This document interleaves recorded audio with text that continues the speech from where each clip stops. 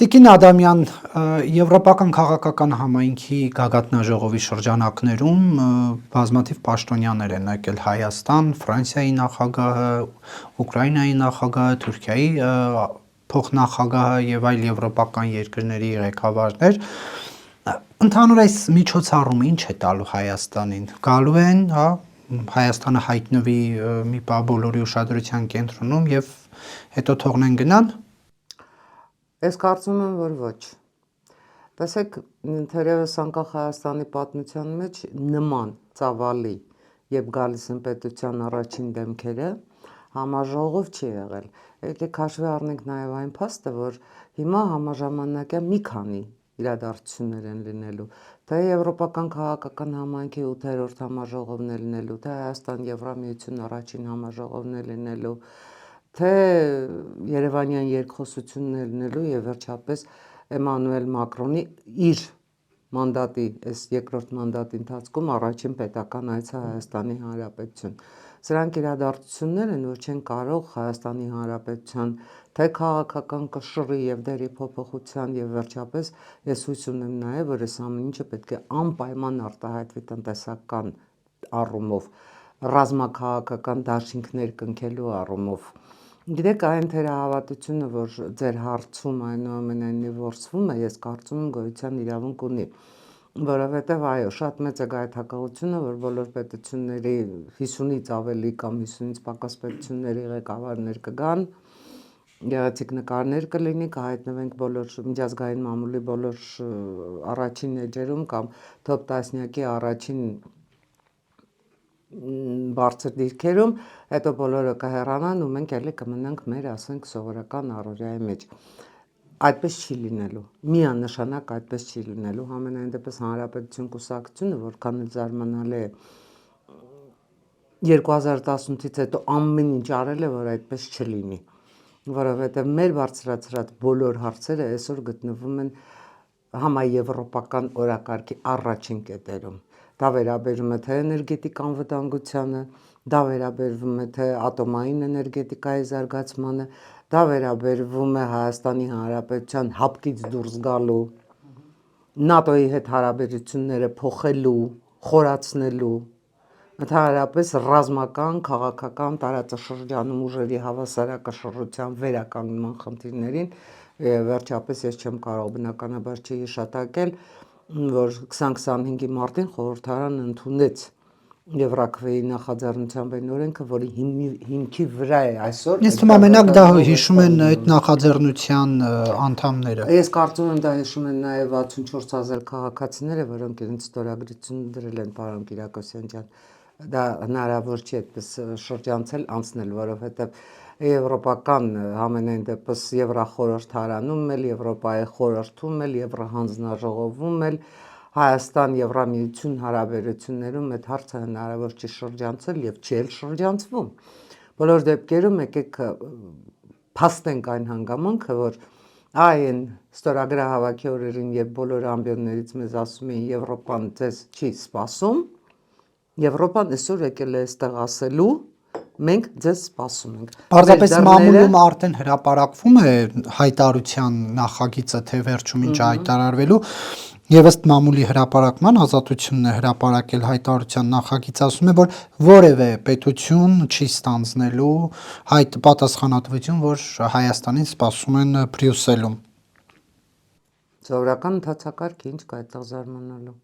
Աջակցություն, այսինքն ըստ այս հրապարակման չի լինելու։ Գիտեք, աջակցությունը մեզ պետք չէ որ բառերով բոլորը գան ասեն եկեք դարձեք Եվրամիության անդամ։ Համենայն դեպս Եվրամիության ընդարձակման ծրագիրը շարունակվում է եւ առաջիկայում շատ հնարավոր է որ Մոնտենեգրոն դառնա Եվրամիության անդամ, դա միանշանակ է։ Շարունակվում է նաեւ Հայաստան Եվրամիություն դիմակայունությունը, եկեք հիշենք Արարատ Միրզոյանը դեկտեմբերի 2-ին ինչ ստորագրեց Եվրամիության հետ։ Եկեք հիշենք Եվրամիության ծրագրերը Հայաստանի Հանրապետությունում, ինչ ծրագրեր են իրականացնում։ Եկեք հիշենք դիտորդական առաքելության եւս 2 տարով եւ մանդատի երկարաձգումը։ Եկեք հիշենք, որ Եվրամիությունը հիբրիդային պատերազմի սպառնալիքների դեմ Հայաստանի Հանրապետության պաշտպանունակությունը մեծացնելու համար փորձագետների խումբ է ուղարկում։ եթե որևէ երկրի հետ դու մտադիր չես կապերդ խորացնել, եթե որևէ երկրի մտադիր չես քեզ անդամ տեսնել ժամանակի ընթացքում, երբ Հայաստանի Հանրապետությունը քո չափանիշներին համապատասխանի, դու նման քայլեր չես անի։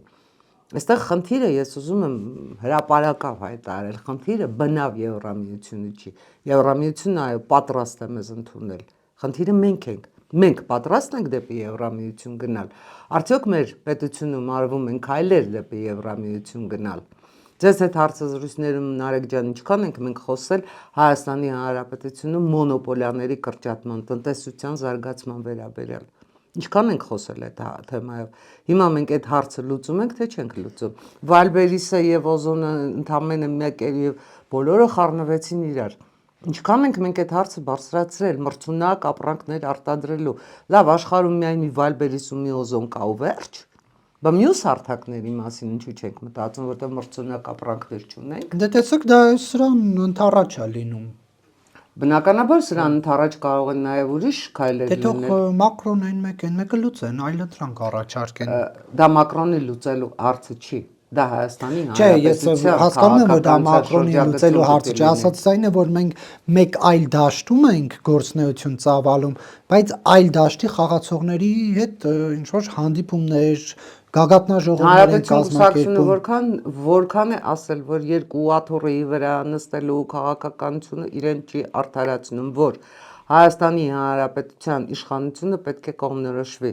Ինչքան ենք մենք դա ասել։ Այ հիմա երկու աթոռի վրա նստելու քաղաքականությունն է։ Վերջին հաշվով հիշեք Օվերչուկի հայտարարությունները, շատ հեռու չգնանք, ինչ էր ասում Օվերչուկը, հնարավոր չի միաժամանակ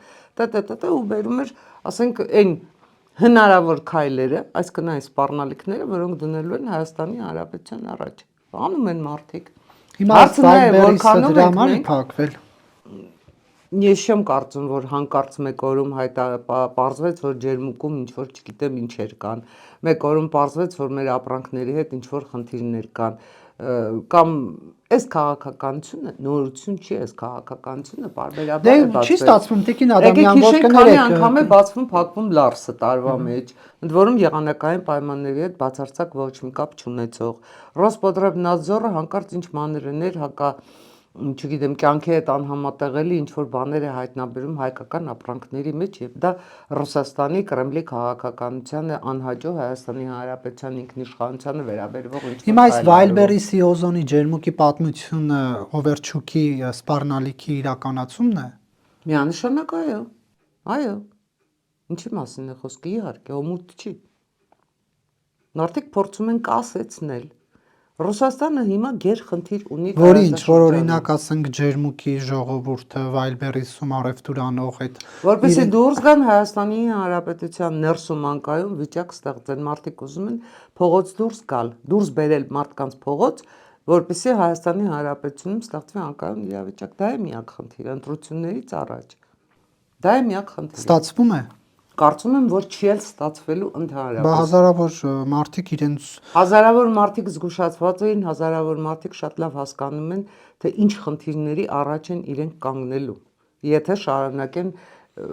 միակողմանի այդ երթևեկության փորձը, որովհետև համենայն դեպս ով, բայց Հանրապետություն կուսակցություն տասնամյակներով այդ մասին խոսել է, ով, բայց մենք զգուշացրել ենք նոր լոգիստիկայի, շուկաների փոփոխության, ապրանքների որակի բարձրացման, ոչ թե քանակի, այլ որակի, հետևաբար բարձր գնի վրա աշխատելու անհրաժեշտության մասին։ դե մա չպետք է։ Եվ գիտեք ինչ, այստեղ կա նաև հակառակ էֆեկտը, ֆիզիկայի օրենքն է, չէ, հարվածը հակահարված է առաջացնում։ Որքան Ռուսաստանի Դաշնությունն այսպիսի հարվածներ է տեղում Հայաստանի Հանրապետության վրա, այնքան արագանում է մեր ճանապարհը դեպի Եվրամիություն եւ դեպի Ամերիկայի Միացյալ Նահանգներ, սա միանշանակ է։ Միանշանակ է նաև, որ Ամերիկայի Միացյալ Նահանգների նախագահի առաջարկած ճանապարհը տրիպը Ռուսաստանի գերխնդիրը այս պահին գուցե ոչ այնքան Հայաստանի Հանրապետությունում ժողովրդավարական ընտրությունների միջոցով հեղաշրջում անելն է, որքան տրիպի կառուցումը կասեցնելն է, որտեղ ինքը բացարձակապես կորցնում է իր ազդեցությունը տարածաշրջանում եւ ճանապարհները բացվում են եւ սկսվում է տնտեսական զարգացում։ Տիկին Ադամյան, հիմա այստեղ չենք գալիս այն հարցին, այս փուլում Հայաստանի համար կարևոր է Զելենսկին ընդունել Երևանում, թե որ կարողանա իր միջին որակի արտադրանքը Ռուսաստանում անխոչնդոտ իրացնի։ Դուք անհամատեղելի հարթություններ եք փորձում համադրել։ Դե չէ, եթե Ասեմ ինչու, որովհետև ապրանք իրացման տարածքի պետության թշնամու խնդիրը թշնամի բարեկամը չի, տեսեք, Հայաստան Եվրամիություն համաժողովը միայն Հայաստանի Հանրապետությունը չի կազմակերպում է նաև Եվրամիությունը։ Եվ կգա Զելենսկին Հայաստան, չի գա Զելենսկին Հայաստան, չի որոշում միայն Հայաստանի Հանրապետությունը, որոշում է նաև Եվրամիությունը։ Եվ բնականաբար հրավերներ են ուղարկվել բոլորին, այդ թվում Զելենսկուն։ Եվ Զելենսկու Հայաստանի Հանրապետությունը այցը գերկարևոր է նաև Հայաստանի Հանրապետության համար։ Սա միանշանակ։ Բայց մենք պետք է թույլ չտանք, որ Զելենսկին գա այստեղ եւ փորձի Ուկրաինայի եկեք ընդունենք նաև որ այն հարթակը, որ Էմանուել Մակրոնը ստեղծեց, դե ֆակտո ռուս-ուկրաինական հարաբերությունների համար էր, Ուկրաինայի պաշտպանության համար էր։ Եվ միանշանակ է, որ Զելենսկին եթե գալիս է, փորձելու է նաև համաժողովը շրջել հօգուտ Ուկրաինայի ինչ որ քայլեր ձեռնարկելու։ Բայց մեր խնդիրն է Հայաստանի Հանրապետության ազգային շահը դնել խորհրդաժողովի կենտրոնում, մեր շահը պաշտպանել։ Այսա մեր դիվանագիտության խնդիրն է, որը պետք է լուծվի շատ ճկուն եւ պետք է լուծվի շատ հայանպաստ տարբերակով։ Այս տեսակետի կողմնակիցն եմ։ Այս տեսակետը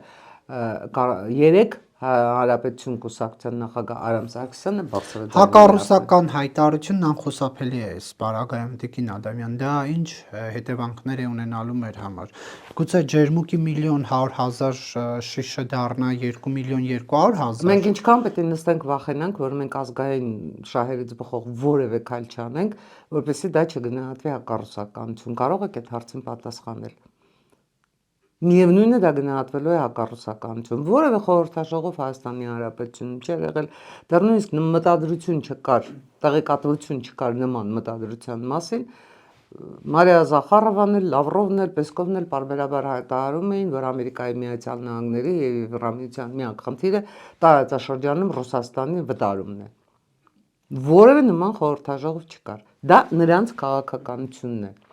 Հիմա ամեն ինչ կապել հակառուսականության հետ, անverջ նստես քո տանը նստած անverջ վախենաս Ռուսաստանի ինչ կմտածի Ռուսաստանը ոնց կարծագանքի, չես կարող այդ մտայնությամբ քաղաքականություն վարել։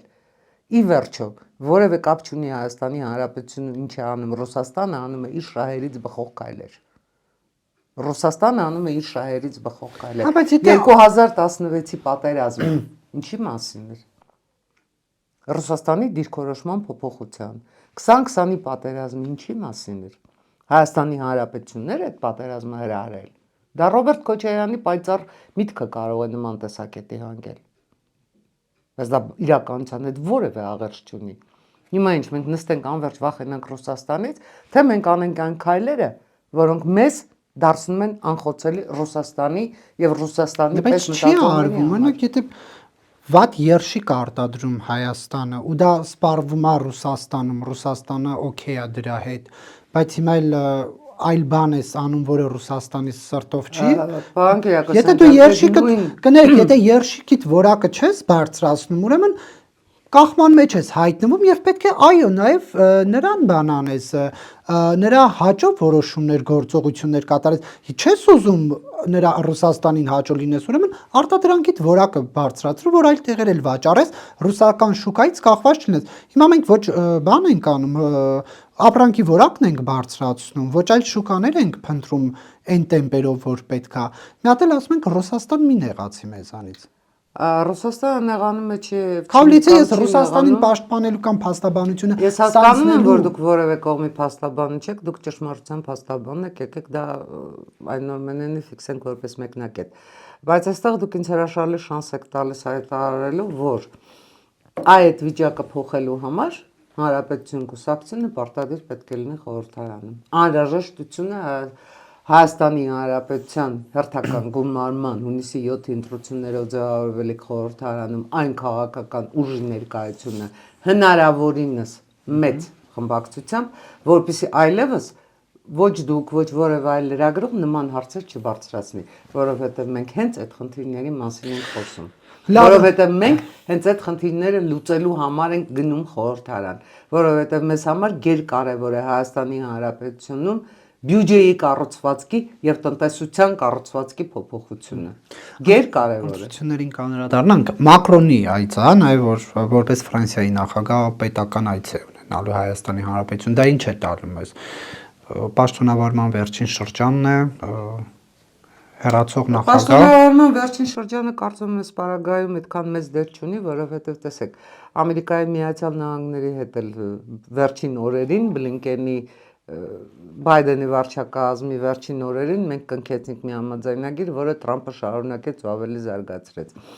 Գիտեք, ես կարծում եմ, որ զարգացած ժողովրդավարության երկրները հերթական նախագահի կամ հերթական վարչապետի փոփոխությամբ իրենց արտաքին քաղաքականությունը կամ ներքին քաղաքականությունը 180 աստիճանով չեն շրջում։ Ֆրանսիայի հետ մենք միշտ ունեցել ենք առանձնաշնորհյալ հարաբերություններ, Ֆրանսիան միշտ պատրաստ է եղել Հայաստանի Հանրապետության համար անել, ինչպես Մակրոնն էր ասում, թե հնարավոր է, թե անհնար է։ Այլ հարցը, թե մենք որքանով ենք դրան պատրաստ եղել, որովհետև այն զենքերը, որ մենք բերում ենք Ֆրանսիայից, ՆԱՏՕ-ի անդամ Ֆրանսիայից, որը ՆԱՏՕ-ի որևէ այլ անդամ երկիր մեզ ամենայն դեպս մինչև հիմա չի տվել, դրանից ավելի ազդեցիկ, դրանից ավելի ուժեղ, դրանից ավելի ոչ միայն պաշտպանողական, այլև հարձակողական զենքեր կարող էինք գնել, եթե մենք այսօր դեռ սառած մնացած չլինեինք հապկում, որտեղ անհամատեղելի է ՆԱՏՕ-ի անդամ երկրի ու հապկի անդամ երկրի տարածքում նման զինատեսակները։ Պարզապես անհամատեղելի է։ Իսկ մենք շարունակում ենք, չգիտես ինչու, մնալ հապկում։ Օրինակ մեր ծրագրում օր առաջ խնդիր է դրված թե հոբ համակարգի փոփոխությունը, թե հապկից դուրս գալը։ Ի վերջո ԵԱՏՄ-ի անցնցում դուրս գալու նախադրյալներ ստեղծելը, որը 2018-ին տնտեսական հեղափոխություն հայտարարած քաղաքացիական պայմանագիրը առ այսօր է տնտեսական հեղափոխության արտընտրություններին է գնում, բայց կենտրոնանալով Մակրոնի վրա, գիտեք, ես կարծում եմ, որ այն օրակարգը կգնա Գյումրի Շարլ Ազնավուրի արձանի մոտ ծաղիկներ կխոնարի, կարող է մի հատ էլ հայերեն գրառում անի, բոլորս մտնենք սրտիկենք, բայց մենք Ֆրանսիայից ինչ պետք է այսպես ասած կանանք պոկենք, այս պետական ռազմաքաղաքական համագործակցության համաձայնագիր։ Ռազմաքաղաքական համագործակցության համաձայնագիր։ Ամենայն դեպս Ֆրանսիան Եվրամիությունում այն երկիրն է, որ մշտապես Հայաստանի, ոչ թե հայերի, այլ Հայաստանի Հանրապետության շահերի պաշտպանությամբ է աչքի ընկել։ Հայաստանի Հանրապետության շահերն է առաջ մղել։ Եվ մենք պետք է շարունակենք թե Մակրոնի ամենայդպես տարիոկես Մակրոնին մնացել է 20 կարծեմ 8 թվականին ընտրությունները Ֆրանսիայում, թե 27 թվականին, 27 ոնց էր հակներեք ժամանակ ունի Մակրոնը եւ Մակրոնի հաջորդն էլ ես չգիտեմ ով կգա իշխանության, բայց կարծում եմ, որ Մակրոնի հաջորդն էլ շարունակելու է, Ֆրանսիայի հաջորդ նախագահն էլ շարունակել է նույն քաղաքականությունը։ Խնդիրը էլ եմ ասում, մենք ամեն ինչ դնում ենք Եվրամիության վրա, մենք ամեն ինչ դնում ենք Ամերիկայի Միացյալ Նահանգների վրա, բայց որքանով ենք մենք դրան պատրաստ։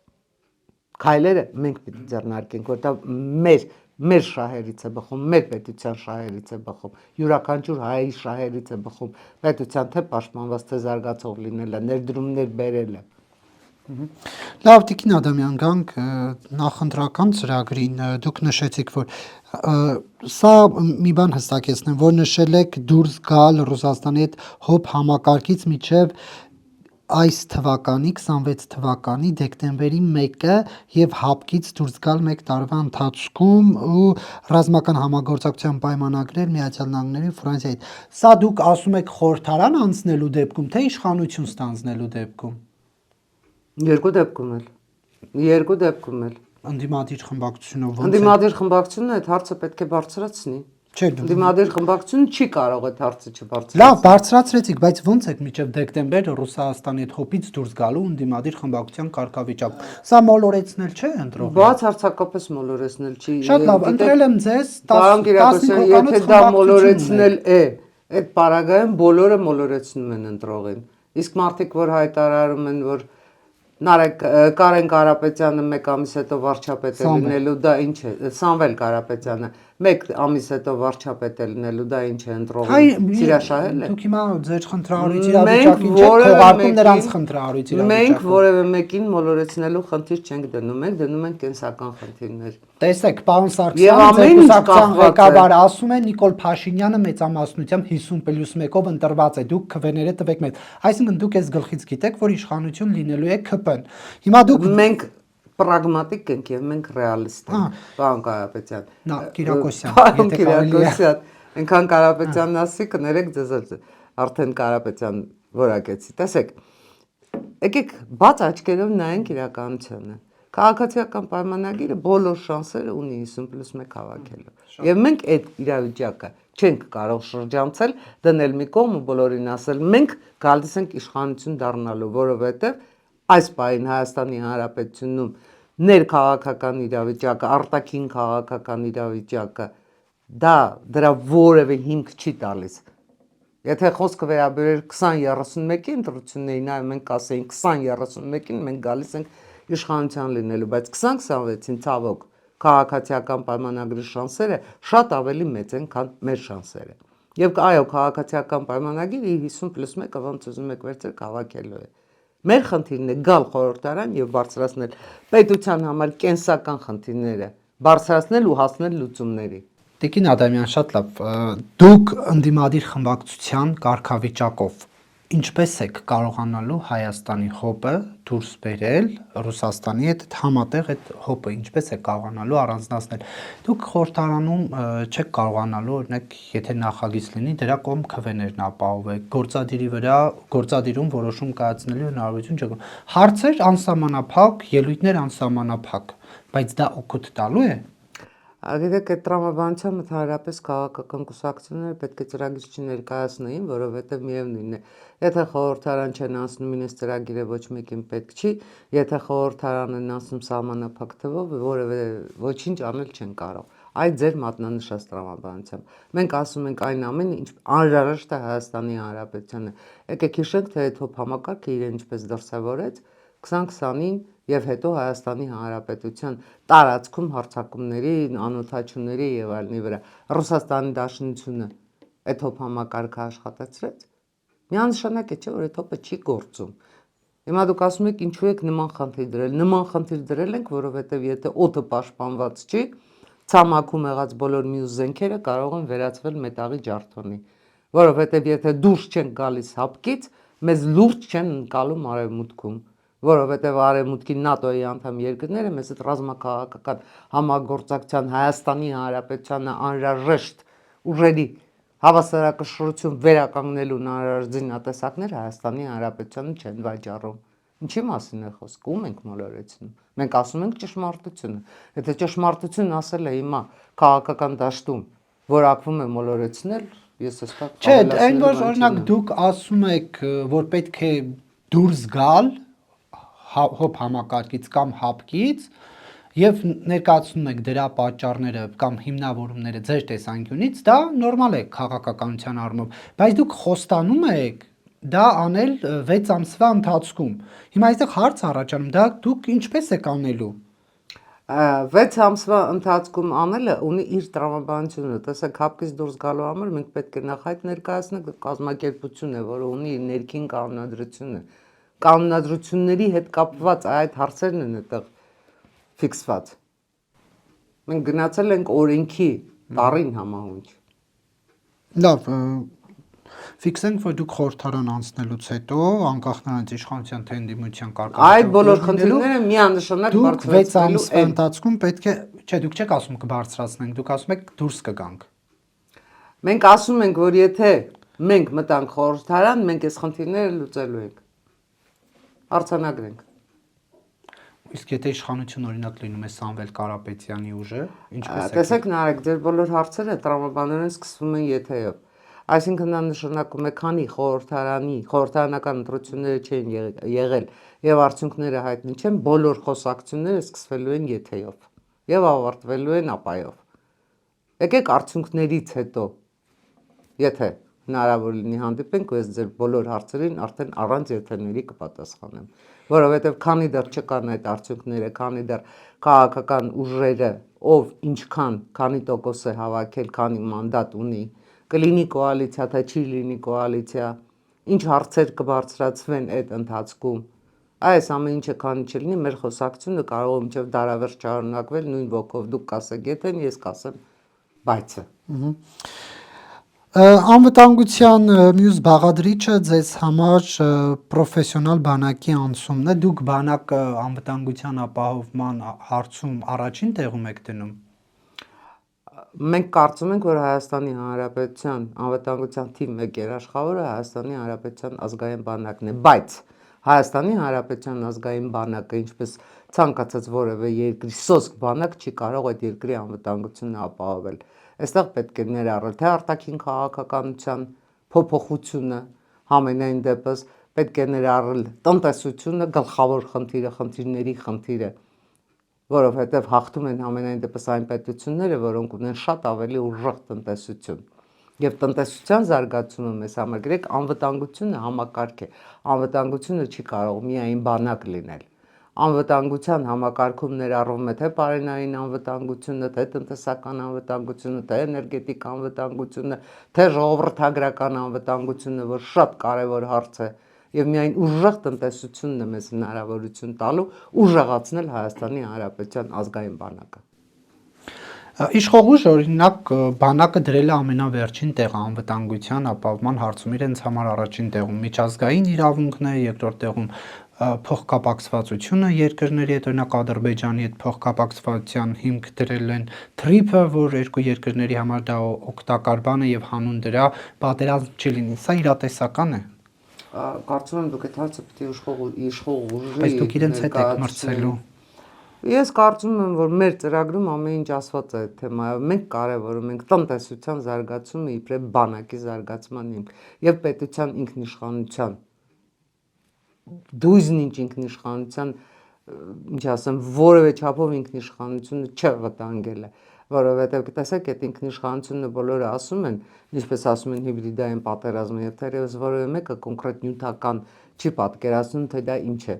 Դա այն է, երբ Հայաստանի Հանրապետության սահմանները պաշտպանում են հայ սահմանապահները երկրի ամբողջ տարածքով։ Դա այն է, երբ Հայաստանի Հանրապետության կրթական համակարգում ստանում են հայեցի կրթություն, պատրաստում են որակյալ մասնագետներ, կրթության բովանդակություն է փոխվում,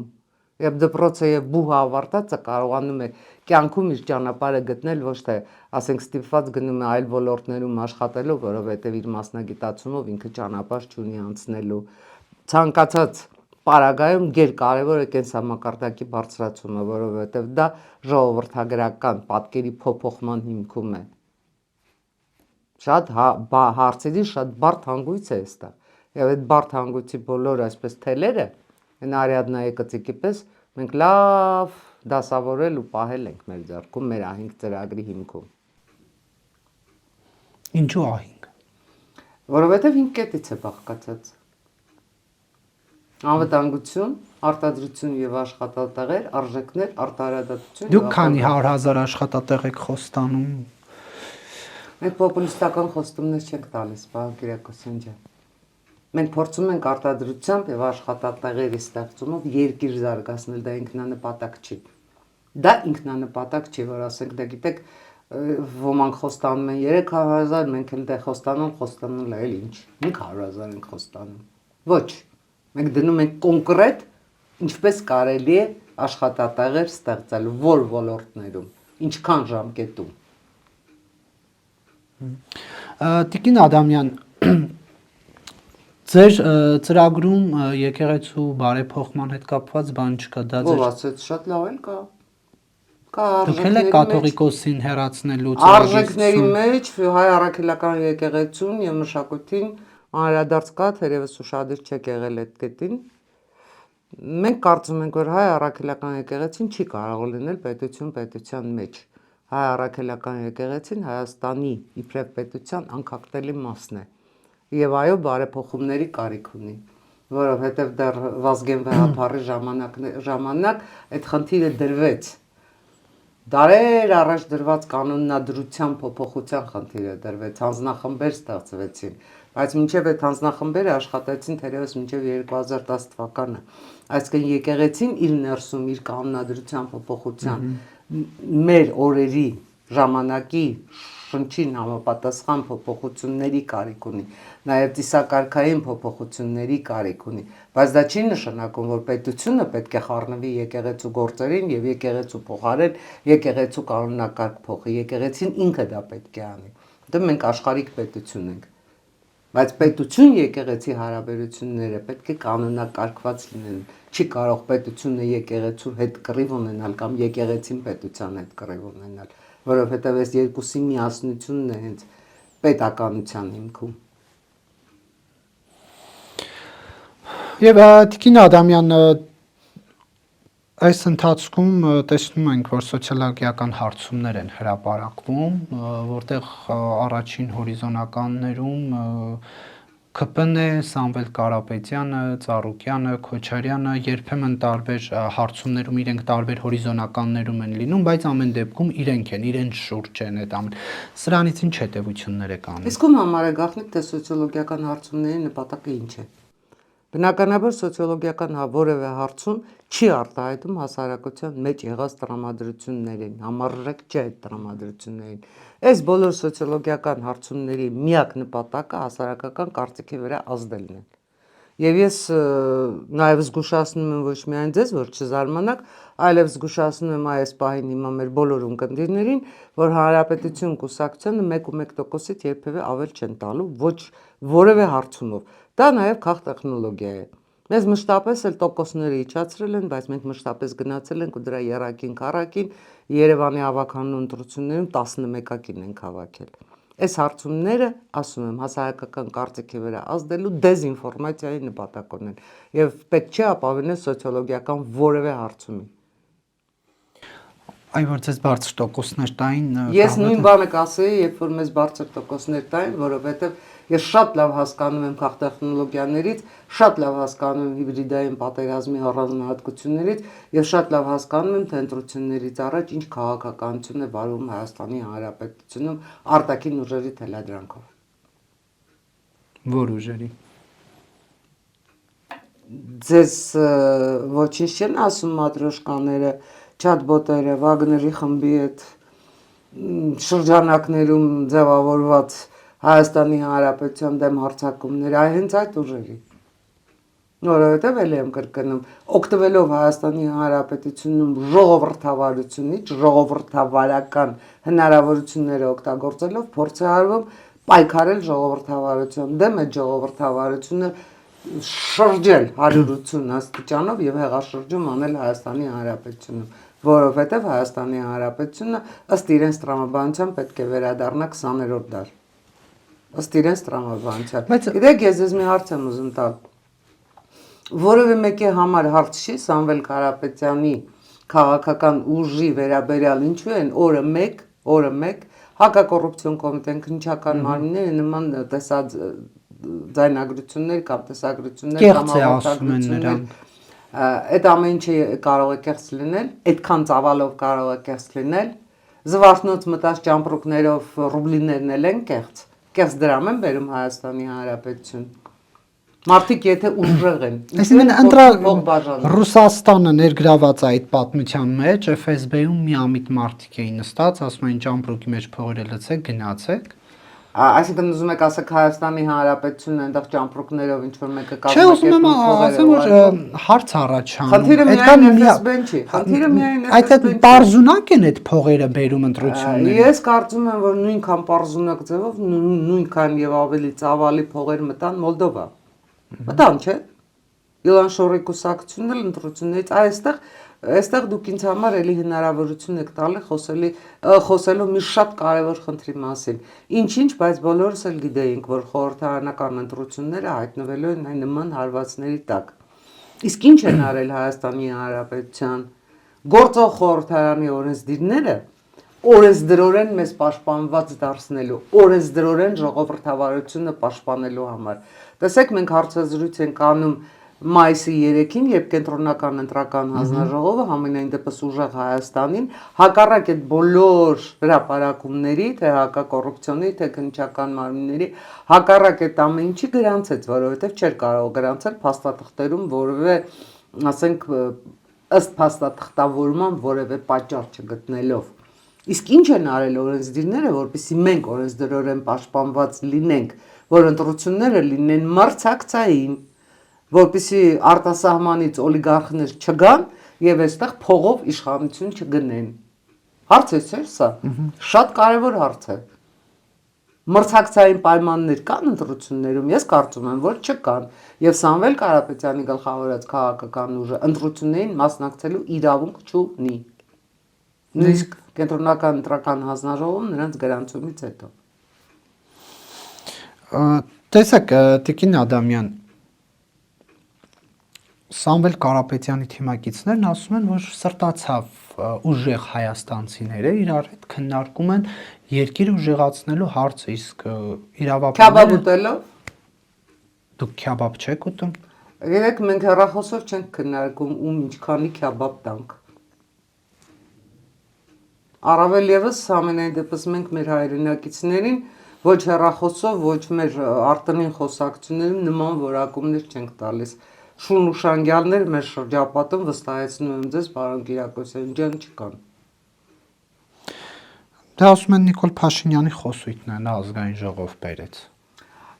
Ես Նիկոլ Փաշինյանի խոսույթը պատճենելու որևէ անհրաժեշտություն չեմ տեսնում որևէ քաղաքական ուժի կողմից։ Ցանկացած քաղաքական ուժ պետք է ունենա իր խոսույթը, իր բառապաշարը, իր ծրագիրը, իր տեսլականը։ Վերջին հաշվով իր քաղաքական խոսքը։ Եվ վերադառնալով էլի այս եվրոպական գագաթնաժողովին, այս պահին, որ մենք զրուցում ենք, Զելենսկիի օդանավը վայրեջ կատարեց Զվարթնոց օդանավակայան։ Նեւ նրան դիմավորեց ազգային ժողովի նախագահ Ալեն Սիմոնյանը, մինչ այս եկած բոլոր պետությունների ղեկավարներին փոխվարչապետի մակարդակով էին դիմավորում։ Սա ինչ մեսիջ է ըստ ձեզ։ Ես կարծում եմ բոլոր պետությունների թերևս առաջին դեմքերը չեն եկել։ Տեղակարգային նրբություններ կարող են լինել։ Հունաստանի նախագահային օրինակ փոխվարչապետը դիմավորեց։ Դժվարանում Բուլղարիայի նախագահին փոխվարչապետը դժվարանում եմ այստեղ ասել, ես կարծում եմ, որ կարող է տարբեր, ասենք, թռիչք ուղիների վրա տարբեր ինքնաթիռներ իջնեն եւ Ալեն Սիմոնյանն էլ Զելենսկուն դիմավորի։ Ինչ վատ բան կա, որ ազգային ժողովի նախագահը դիմավորում է Ուկրաինայի նախագահին, շատ նորմալ է։ Սա ինչ որ մեսիջ է, հաշվի առնելով, որ Հայաստանը խորհրդարանական պետություն է եւ խորհրդանի ղեկավարն է գալիս դիմավորելու Զելենսկին, սա ինչ որ մեսիջ է, օրինակ Ռուսաստանին։ Չգիտեմ ինչ մեսիջ է Ռուսաստանին, բայց ես կարծում եմ միանգամայն նորմալ է, որ ժողովրդավարական երկրում այո խորհրդարանի նախագահը դիմավորում է ժողովրդավարական երկրի նախագահին եւ դա շատ նորմալ է։ Շնորհակալություն Տիկին Ադամյան հարցազրույցի համար։ Ես եմ շնորհակալ։